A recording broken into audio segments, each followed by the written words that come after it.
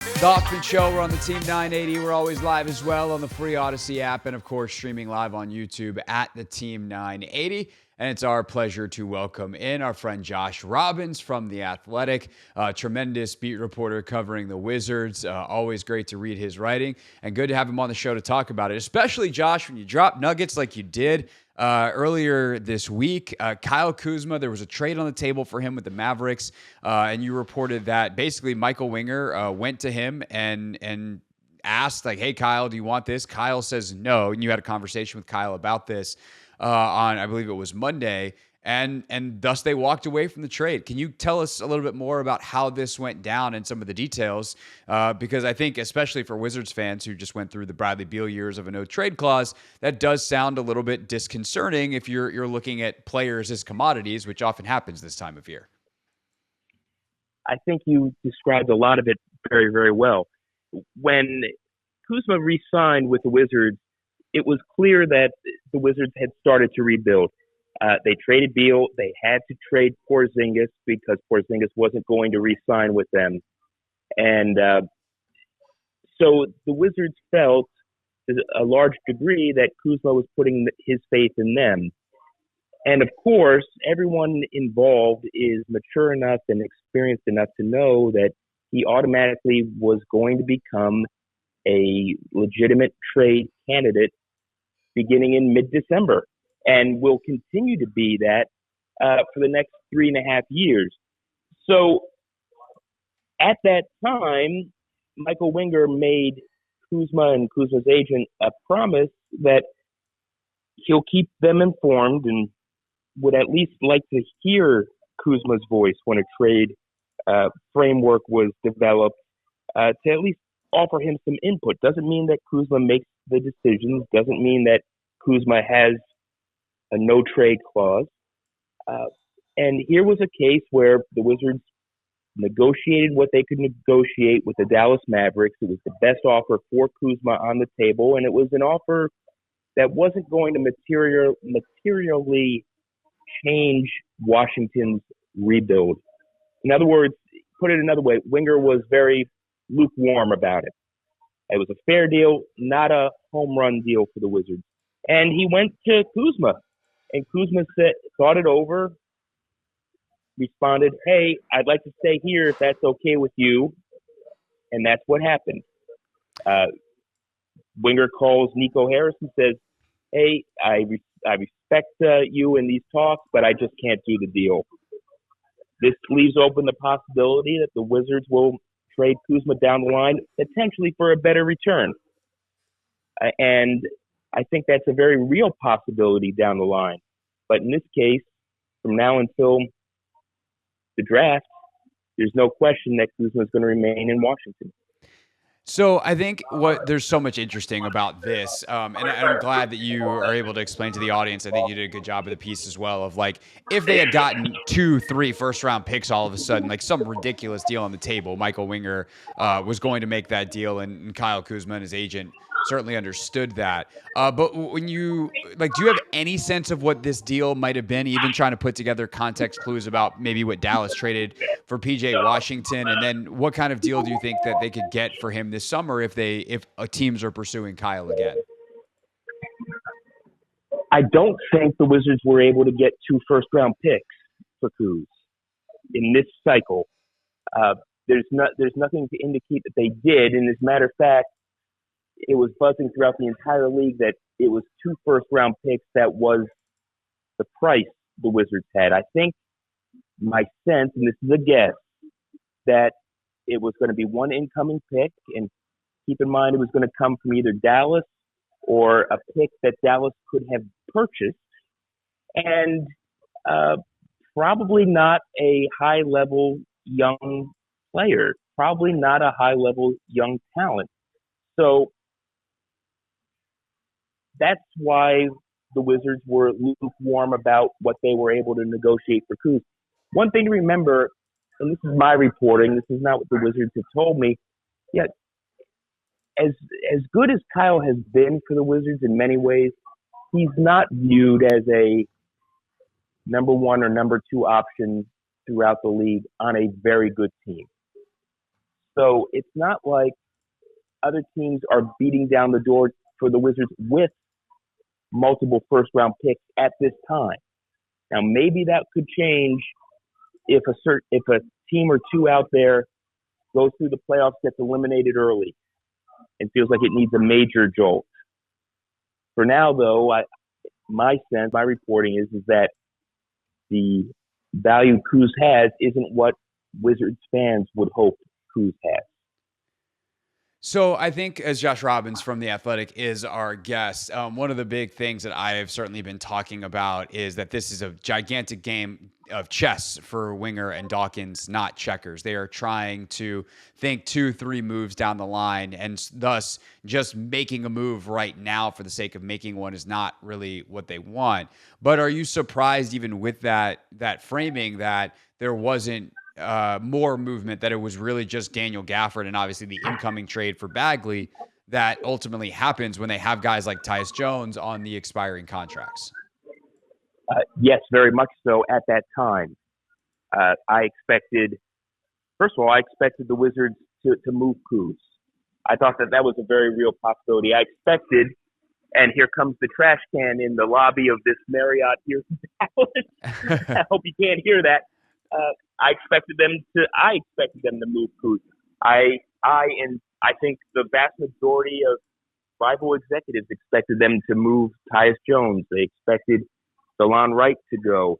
As you said, they were not there. So I was expecting more. With regarding Tyus Jones, reading between the lines, I would expect now Tyus Jones to re-sign with Washington in the offseason.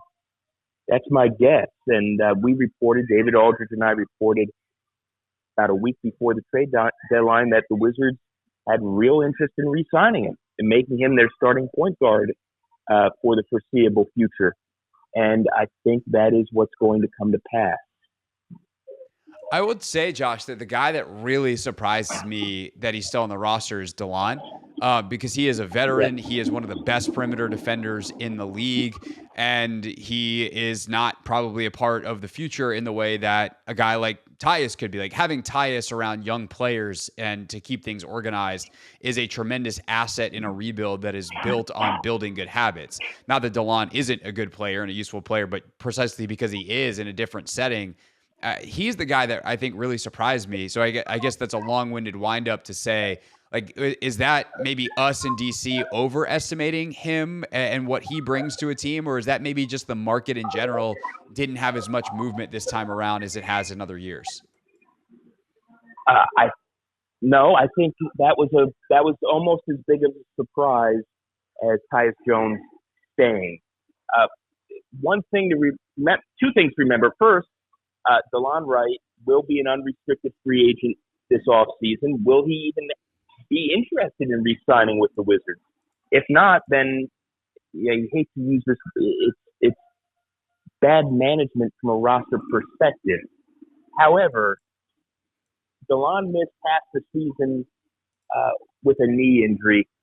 I suspect that other teams question whether he was all the way back healthy, which may have limited his value. He was never going to get a first-round pick, even for a healthy Delon Wright. It was most likely going to be a second-round pick, almost certainly from a contender, meaning that if it was their own second-round pick, it would be late in the second round.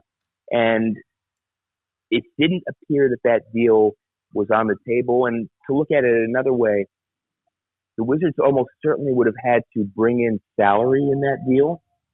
And doing that would have eliminated their ability to use some of their trade exceptions they had before mid-July.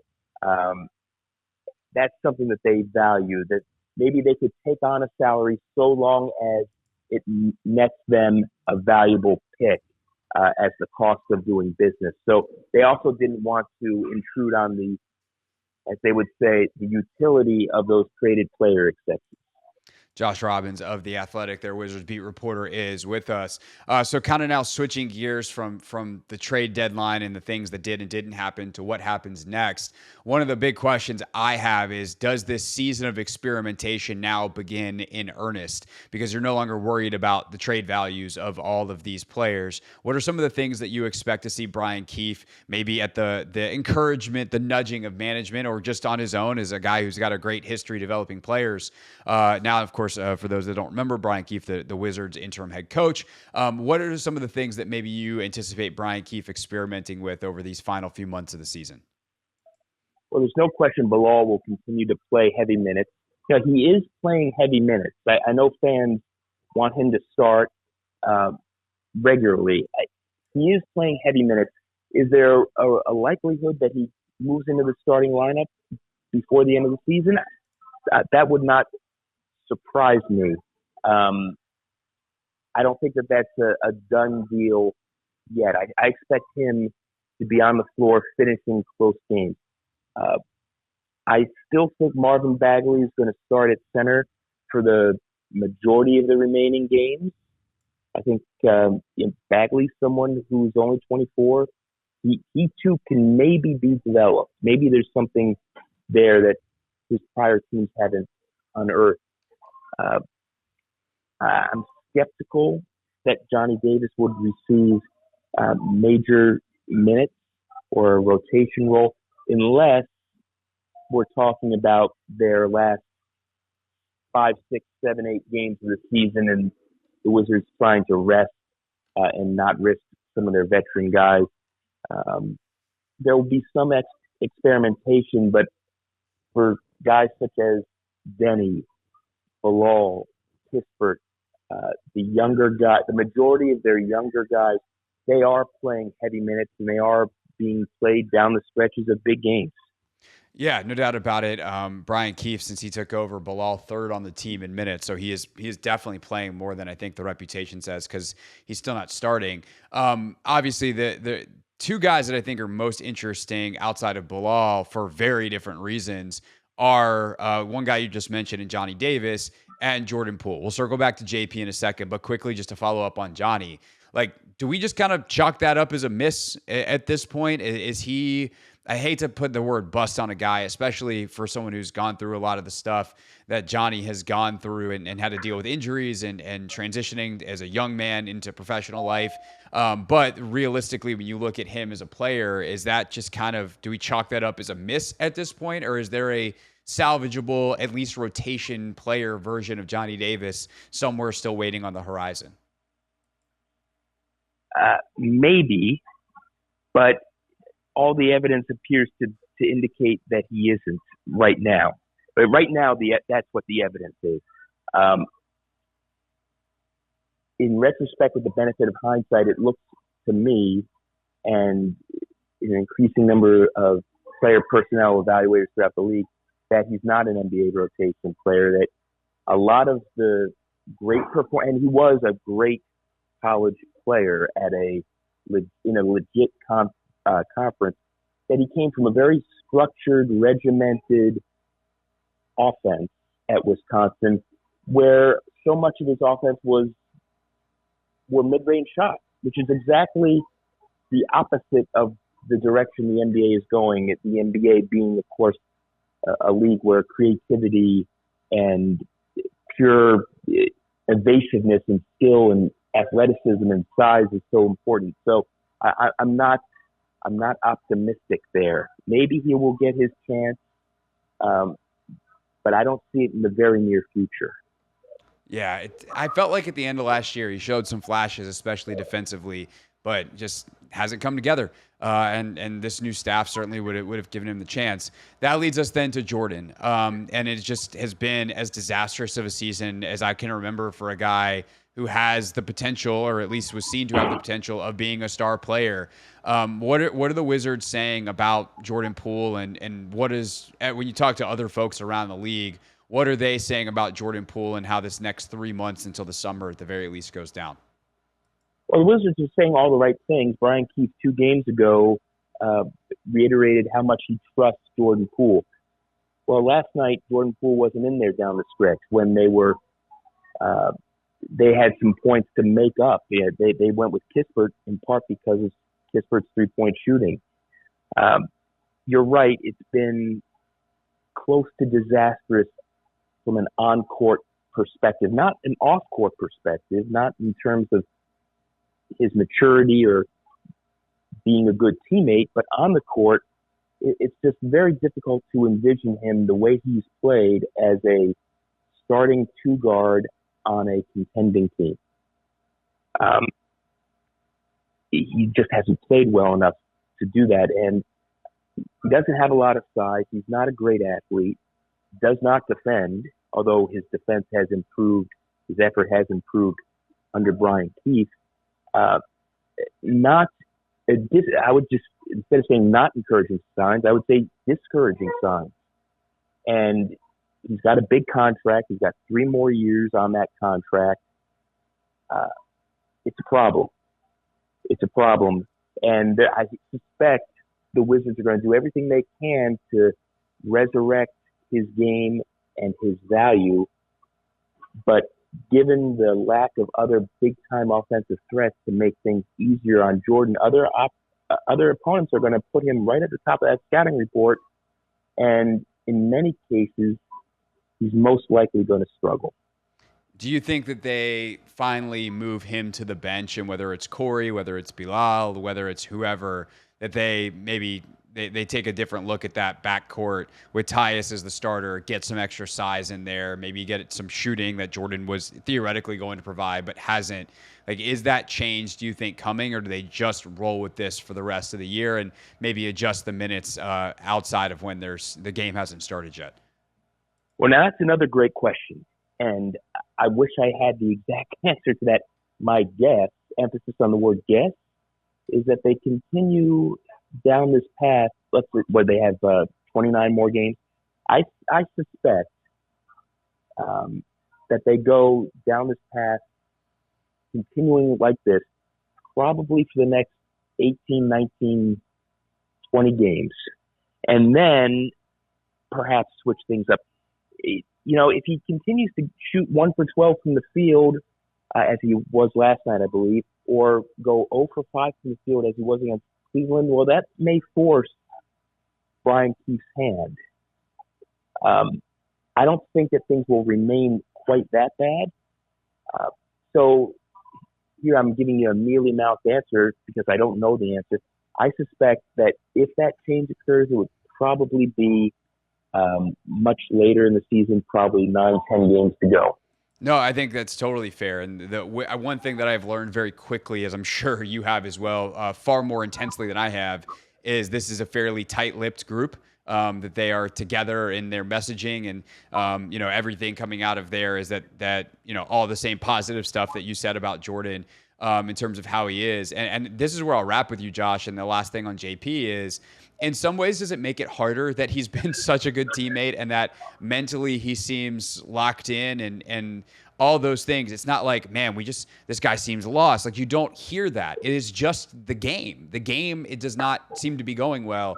And it feels like in some ways that makes it harder. I'm obviously not there as much as you are and having the conversations that you are. I'm curious your thoughts on kind of that almost separation of, like, yes, teammate, mentally, all that stuff, check, and the game has just not come along. Yes, it certainly does. It's a good thing for the Wizards that he's been fine off the court. He gets this you shouldn't almost have to make that qualifier, but he had such a bad reputation from something where he got a terrible raw deal, which is that doctored video of that timeout in Brooklyn. I've watched that original footage. That original footage aired on the Wizards network during the game, right? In which he was actually looking at that whiteboard for 18 consecutive seconds. Now, if that video that was circulated on Twitter was accurate, well, then that would have been a damning moment. But it was inauthentic. You're right.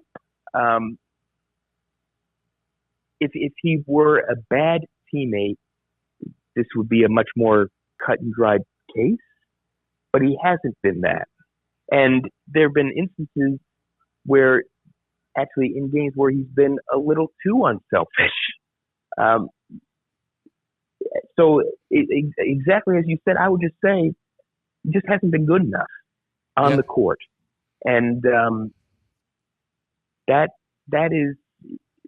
seems to indicate for now that he's most likely best suited to being a bench player on a good team, which is not what the Wizards would want or any fan base would want. They would want him to just, of course, the polar opposite to be true, but there have been very few indications that that's going to happen. Yeah, no, absolutely. I mean, this is a guy that I thought before the season could lead the league in scoring if he could get his shot going and the attempts he would get. And here we are having this conversation now. It's kind of bizarre, but that's the league sometimes, as you well know. Josh Robbins writing about it all in The Athletic. Josh, thanks so much for your time. Greatly appreciate it. Safe travels, and we will talk to you soon. All right. Thanks, Craig. Take care. This is The Hoffman Show on the Team 980 and the Odyssey app.